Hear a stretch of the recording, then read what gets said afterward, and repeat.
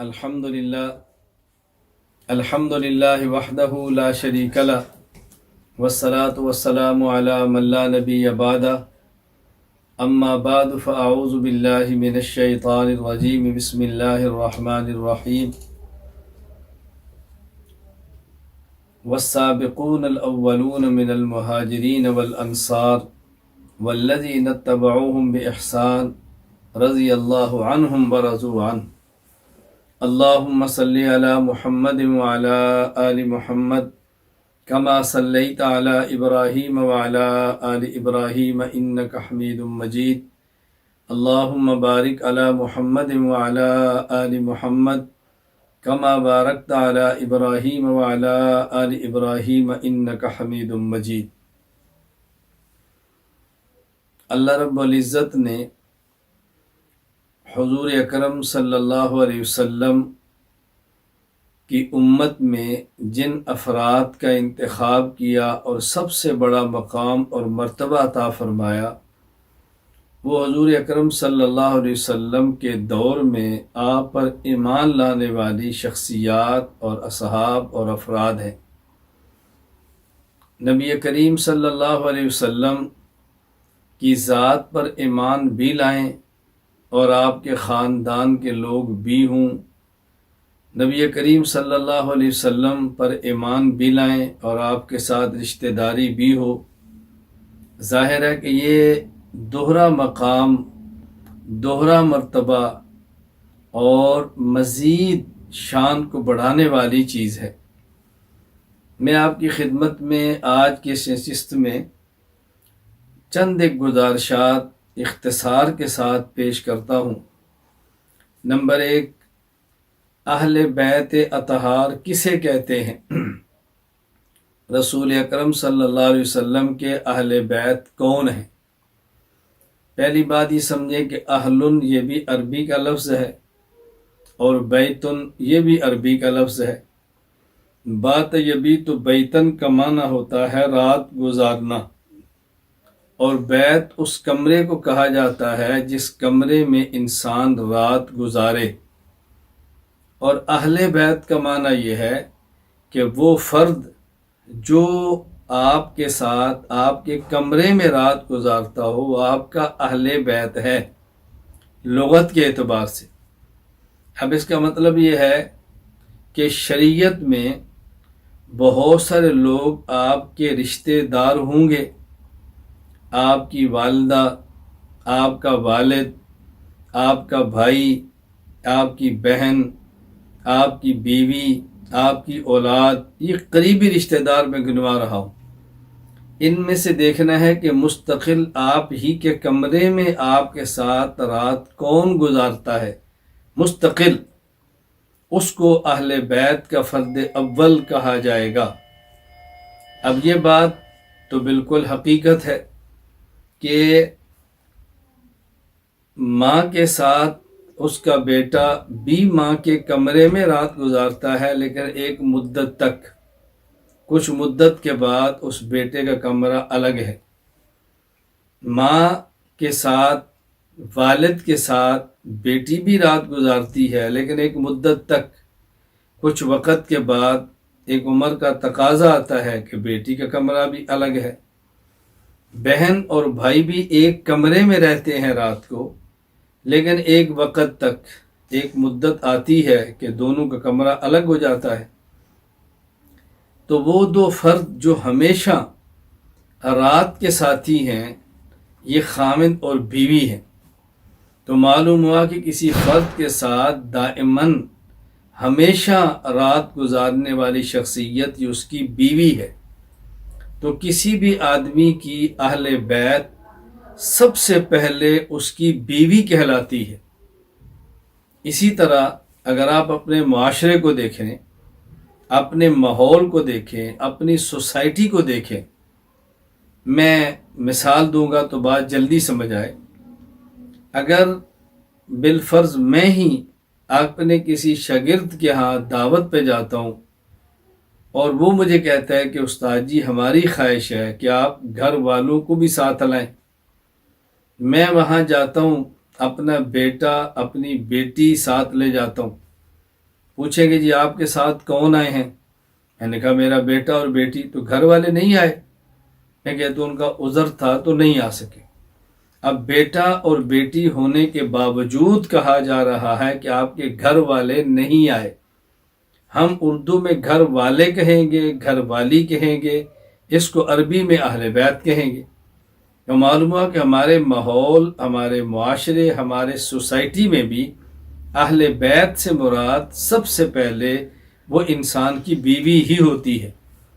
تو رسول اکرم صلی اللہ علیہ وسلم کے اہل بیت کا پہلا فرد حضرت ام المومنین خدیجۃ الکبریٰ ہے رضی اللہ تعالی عنہا، اور اس کے بعد یکے بعد دیگرے آپ کی بیویاں ازواج مطہرات امہات المومنین 11، یہ رسول اکرم صلی اللہ علیہ وسلم کے اہل بیت کا پہلا فرد ہے۔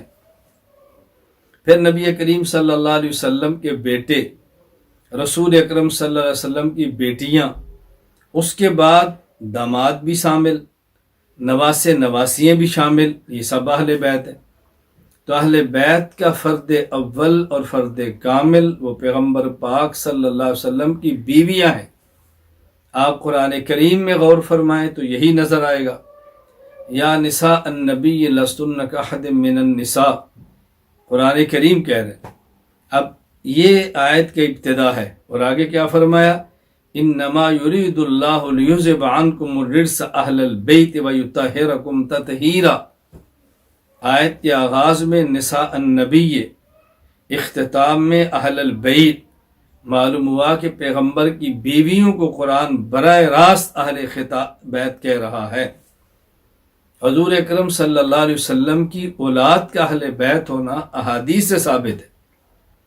رسول اکرم صلی اللہ علیہ وسلم تشریف فرما ہیں، حضرت علی آئے، حضرت فاطمہ الزہرا آئی، حسن و حسین آئے، آپ نے ان کو اپنے چادر کے نیچے لیا اور آپ نے اللہ سے دعا مانگی، اللہم ہؤلاء اہل بیتی، اے اللہ یہ میرے اہل بیت ہیں، فطہرہم تطہیرا، اے اللہ ان کو پاک اور صاف رکھنا۔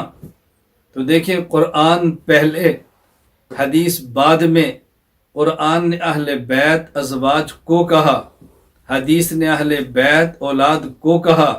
ہم نے ازواج کو اہل بیت مانا قرآن کی وجہ سے، اولاد کو اہل بیت مانا حدیث کی وجہ سے۔ قرآن پہلے حدیث بعد میں، ازواج اہل بیت پہلے اولاد بعد میں۔ جو شخص قرآن نہ مانے بے ایمان ہے، حدیث نہ مانے بے ایمان ہے۔ ہم دیوبند والے قرآن بھی مانتے ہیں، ہم دیوبند والے حدیث بھی مانتے ہیں، ہم اہل بیت کو ہم ازواج پیغمبر کو اہل بیت مانتے ہیں، قرآن میں ہے۔ اولاد پیغمبر کو اہل بیت مانتے ہیں، حدیث میں ہے۔ قرآن بھی ایمان ہے، حدیث بھی ایمان ہے۔ پہلی بات اہل بیت کسے کہتے ہیں۔ دوسری بات، رسول اکرم صلی اللہ علیہ وسلم کا کلمہ مبارک پڑھ کر آپ کے دامن سے وابستہ ہونے والے اشخاص 3 قسم کے ہیں۔ نمبر 1، رسول اکرم صلی اللہ علیہ وسلم پر ایمان لائے اور وہ خواتین ہیں اور پیغمبر کی بیویاں ہیں۔ نمبر 2، رسول اکرم صلی اللہ علیہ وسلم پر ایمان لائے اور وہ پیغمبر کی اولاد ہے۔ نمبر 3، رسول اکرم صلی اللہ علیہ وسلم پر ایمان لائے، نہ وہ پیغمبر کی بیویاں نہ پیغمبر کی اولاد بلکہ اصحاب ہیں۔ یاد رکھنا، اصحاب کا معنی یہ نہیں کہ ازواج اس میں شامل نہیں، اصحاب کا معنی یہ نہیں کہ اولاد اس میں شامل نہیں۔ اولاد میں اصحاب میں اولاد بھی ہیں، اصحاب میں ازواج بھی ہیں۔ میں نے مزید تھوڑی سی وضاحت کرنے کے لیے ان کی 3 قسمیں بنا دی ہیں۔ نمبر 1، صحابیت بھی ہے، پیغمبر کی بیوی بھی ہے، زوجیت بھی ہے۔ نمبر 2، صحابیت بھی ہے اور پیغمبر کی اولاد ولدیت بھی ہے۔ نمبر 3، زوجیت اور ولدیت نہیں، صرف صحابیت ہے۔ تو حضور صلی اللہ علیہ وسلم پر ایمان لانے والے 3 قسم کے افراد ہو گئے۔ نمبر 1، صحابیت کے ساتھ زوجیت بھی، نمبر 2 صحابیت کے ساتھ ولدیت بھی، نمبر 3 صرف صحابیت۔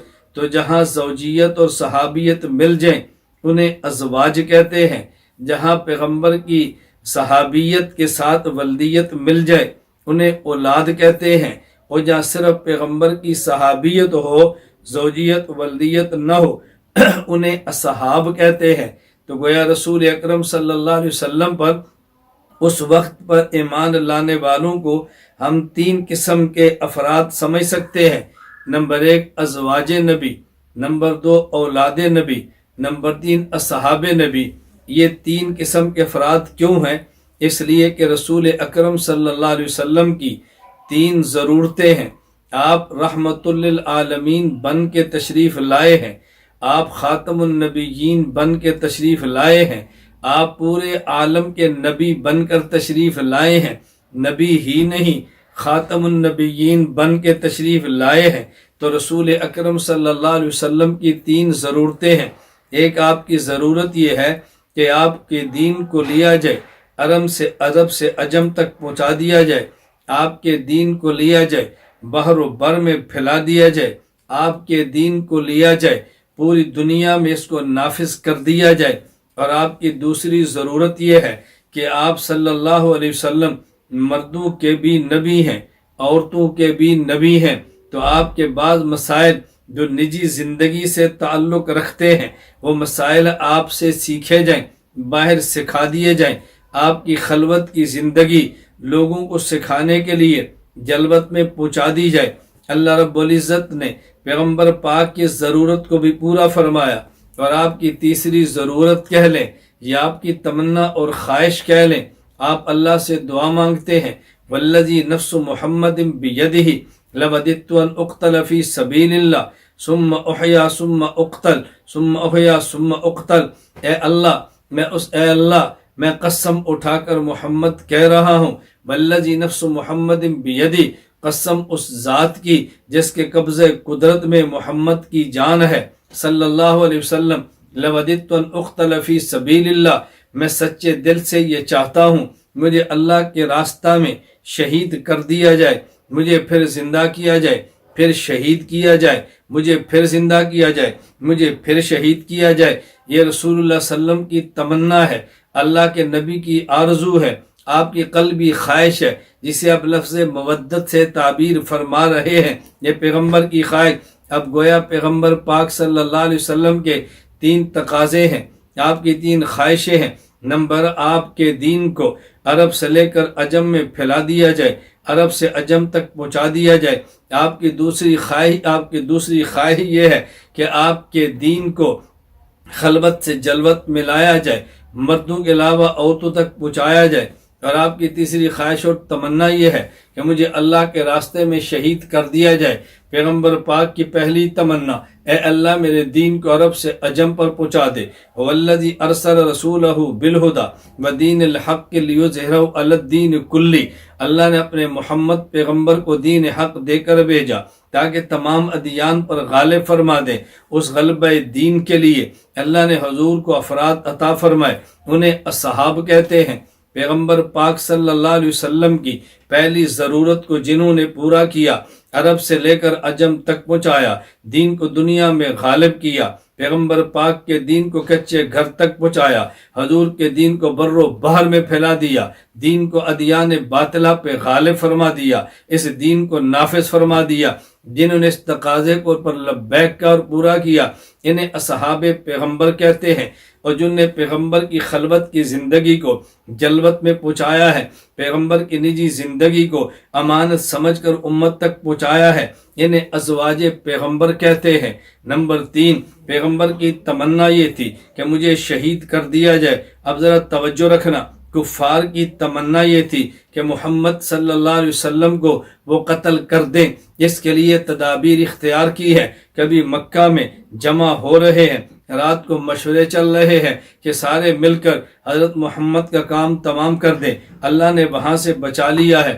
رسول اللہ صلی اللہ علیہ وسلم غار میں ہیں، کفار پیچھا کر رہے ہیں تاکہ ان کا کام تمام الیاذ باللہ کر دیا جائے۔ اللہ نے وہاں سے بچا لیا ہے، بدر کے میدان میں جمع ہے تاکہ ان کو ختم کر دیا جائے۔ اللہ نے وہاں سے محفوظ فرما لیا ہے، میدان احد میں ہیں، کفار نے حملہ کیا، اللہ نے وہاں سے بچا لیا ہے۔ پیغمبر پاک خیبر میں ہیں، آپ کو بچا لیا گیا ہے۔ یہودیہ عورت نے زہر دیا، آپ کو بچا لیا گیا ہے۔ اوپر چٹان گرانے کی تدبیر بنی، اللہ نے وہاں سے بچا لیا ہے۔ پیغمبر پاک صلی اللہ علیہ وسلم کی ذات کو بچایا، لیکن حضور کی تمنا میں جام شہادت نوش کر جاؤں، کفار کی تمنا حضور کو قتل کر دے۔ اب اگر اللہ کے نبی کفار کے ہاتھوں شہید ہو جاتے تو آپ کی تمنا تو پوری ہوتی، لیکن کفار کی آنکھیں بھی ٹھنڈی ہوتی۔ اللہ رب العزت نے کفار کی آنکھوں کو یوں ٹھنڈا ہونے نہیں دیا۔ اور یہ بات یاد رکھنا، اولاد انسان کے جسم کا ٹکڑا ہے، اولاد انسان کا جگر ہے۔ کبھی خدا نخواستہ کسی باپ کے گھر میں کوئی شخص آ جائے اور وہاں بیٹا بھی ہو اور کوئی بیٹے کو مارنا چاہے تو باپ کہتے ہیں مجھے مار دو، میرے بیٹے کو کچھ نہ کہنا، یہ میری نشانی ہے۔ باپ بیٹے کو بچا کے خود جان دیتا ہے تو معلوم ہوا کہ اولاد سے محبت اپنی جان سے بھی زیادہ ہے۔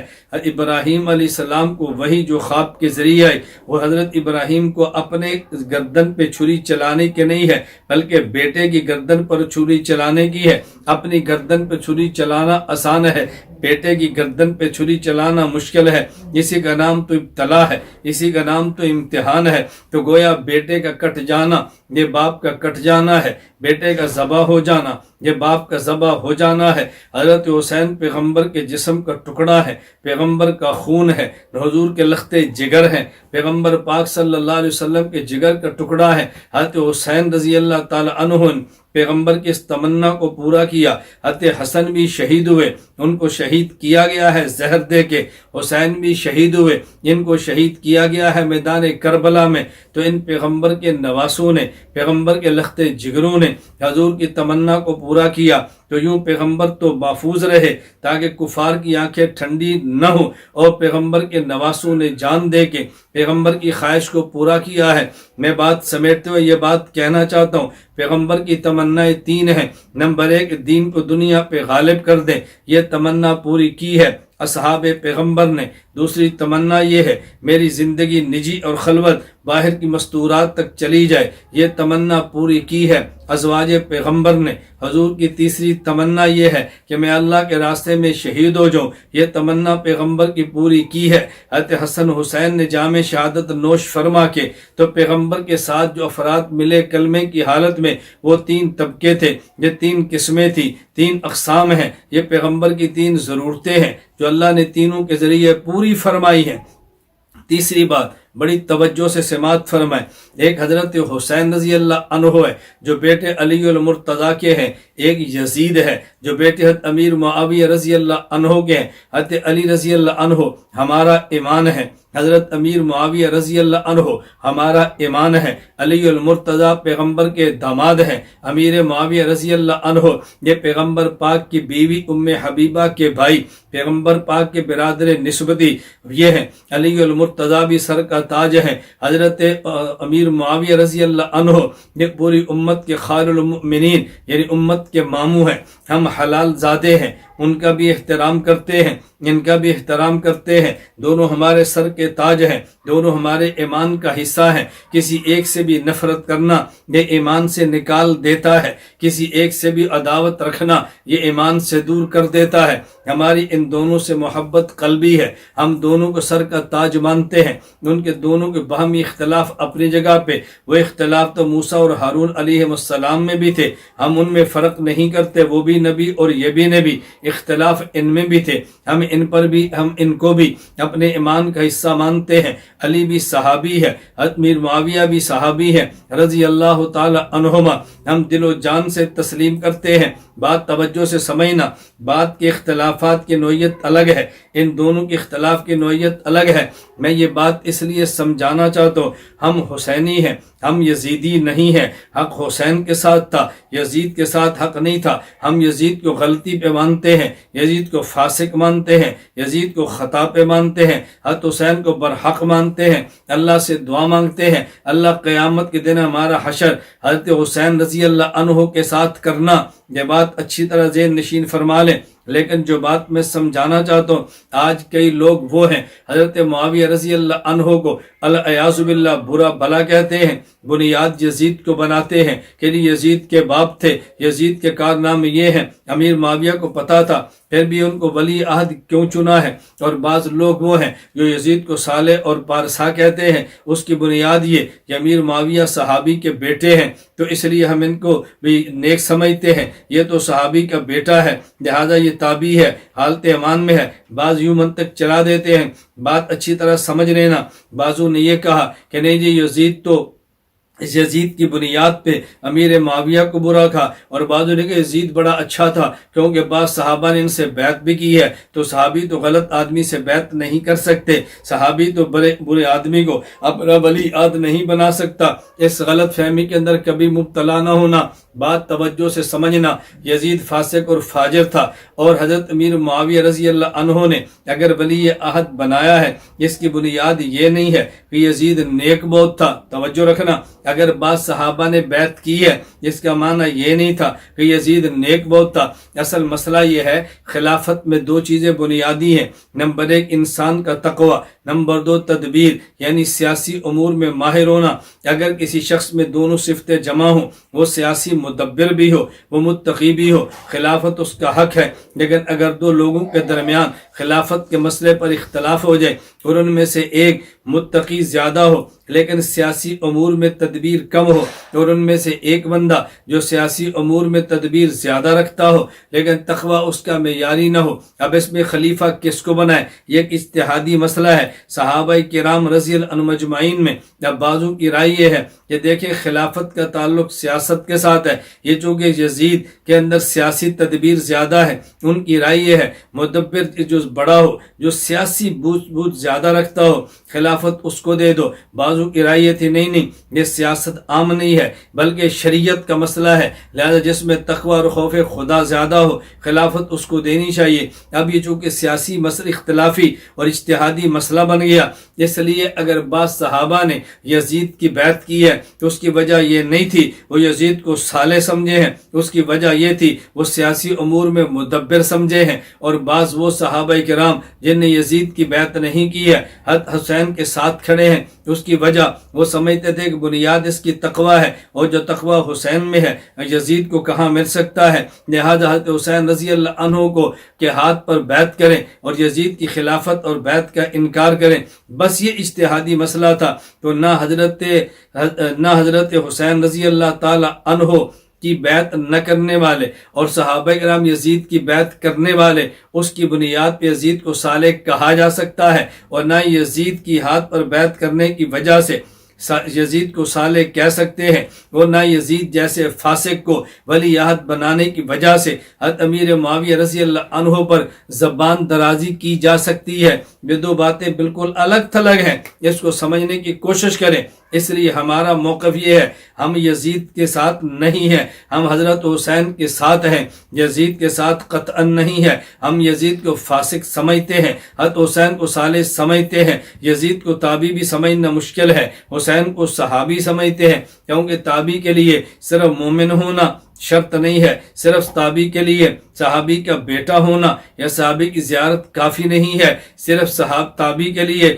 ایمان پہ مرنا کافی نہیں ہے۔ صحابیت کے لیے بنیادی طور پہ تین چیزیں ہیں، نمبر ایک ایمان بھی ہو، پیغمبر سے حالت ایمان میں لقاء ملاقات بھی ہو، نمبر تین حالت ایمان پر موت بھی ہو، اور تابعی کے لیے چار چیزیں ہیں، نمبر ایک حالت ایمان بھی ہو، حالت ایمان میں صحابی کی لقاء بھی ہو، نمبر تین پھر صحابی کی کامل اتباع بھی ہو، نمبر چار ایمان پر خاتمہ بھی ہو۔ تو جب کامل اتباع نہ ہو تو تابعی کیسے کہیں گے؟ صحابیت صحبت سے بنا ہے، تابعی اتباع سے بنا ہے، تو صحابیت کے لیے صحبت پیغمبر ضروری ہے اور کافی ہے۔ لیکن تابعی کے لیے اتباع بھی ضروری ہے، صرف لقاء اور صحبت کافی نہیں ہے۔ یہ دونوں بات اچھی طرح ذہن نشین فرما لیں۔ تو میں نے آج آپ کی خدمت میں 3 باتیں عرض کی ہیں۔ نمبر 1، جب ہم اہل بیت کہیں گے، اس کا پہلا مصداق ازواج پیغمبر ہیں، اس کا دوسرا مصداق آل پیغمبر ہیں، اور یہ دونوں ہمارا ایمان ہے۔ نمبر تیسری بات میں نے آپ کی خدمت میں کی ہے، پیغمبر کی ضرورت یہ ہے کہ دین کو دنیا پہ عام کیا جائے، دین کو دنیا پہ غالب کیا جائے، عرب سے عجم تک پہنچایا جائے، دین کو نافذ کیا جائے۔ یہ ضرورت اصحاب پیغمبر نے پوری کی ہے، پیغمبر کی خلوت کو جلوت میں لا کر خواتین تک پہنچایا جائے۔ یہ ضرورت ازواج پیغمبر نے پوری کی ہے، اور پیغمبر پاک کی تمنا میں اللہ کے راستے میں شہید ہو جاؤں، یہ تمنا آل پیغمبر نے پوری کی ہے کہ خود کٹ گئے، خود شہید ہو گئے، اور پیغمبر کے جسم کا ٹکڑا تھے۔ نمبر 3، حق حضرت حسین کے ساتھ ہے، یزید کے ساتھ نہیں ہے۔ یزید کی وجہ سے حضرت امیر معاویہ رضی اللہ عنہ کو برا بھلا کہنا یہ بھی بجا ہے، اور یزید کے بعد صحابہ کے بیعت کرنے کی وجہ سے یزید کو صالح کہنا یہ بھی ٹھیک نہیں ہے۔ ہم حسینی ہیں، ہم یزیدی نہیں ہیں۔ ہم اللہ سے دعا مانگتے ہیں، اے اللہ ہمیں تو دنیا میں زندگی دے تو صحابہ اہل بیت کا نوکر بنا کے، ہمیں زندگی دے تو صحابہ اور اہل بیت کا غلام بنا کے، اللہ میں تو زندگی دے تو صحابہ اور اہل بیت کا دفاع کرنے والا بنا کے۔ اللہ نے زندگی عطا فرمائی، ہم اہل بیت اور اصحاب پیغمبر کے ترانے گائیں گے، اہل بیت اصحاب پیغمبر کی غلامی کریں گے، اہل بیت اصحاب پیغمبر کی نوکری کریں گے، ان پر ہر آنے والے اعتراض کو جوتے کی نوک پہ رکھ کے اڑا دیں گے، اصحاب پیغمبر کا دفاع کریں گے، اور ہر وہ شخص جو صحابہ پیغمبر کا دفاع کرے وہ ہمارا امام ہے۔ جو پیغمبر کے صحابہ کی بات کرے ہم دل سے اس کی قدر عزت کرتے ہیں، کسی درجے میں بھی پیغمبر کے صحابہ کی بات کریں، اہل بیت کی بات کریں، ہم عزت بھی کرتے ہیں، احترام بھی کرتے ہیں، دل و جان سے ان کی قربانیوں کی قدر بھی کرتے ہیں۔ اللہ تعالی ہمیں قیامت کے دن اصحاب پیغمبر کے ساتھ کھڑا کرے، آل پیغمبر کے ساتھ کھڑا کرے، ہمیں ازواج پیغمبر کا روحانی بیٹا بن کر زندہ رہنے کی اللہ توفیق عطا فرمائے۔ میں آخری گزارش کرتا ہوں، اصحاب پیغمبر، ازواج پیغمبر، آل پیغمبر صلی اللہ علیہ وسلم، ان کے بارے میں نظریہ اور عقیدہ اہل سنت والجماعت احناف دیوبند کا ذہن میں رکھ لیں۔ اہل سنت والجماعت احناف دیوبند کا عقیدہ ہے ہر صحابی مومن ہے، ہر صحابی عادل ہے، ہر صحابی حجت ہے، ہر صحابی معیار حق ہے، ہر صحابی تنقید سے بالا تر ہے، ہر صحابی محفوظ ہے، اور جب کسی مسئلہ پر جمع ہو جائیں تو صحابہ پیغمبر کی طرح معصوم ہیں۔ وآخر دعوانا ان الحمد للہ رب العالمین۔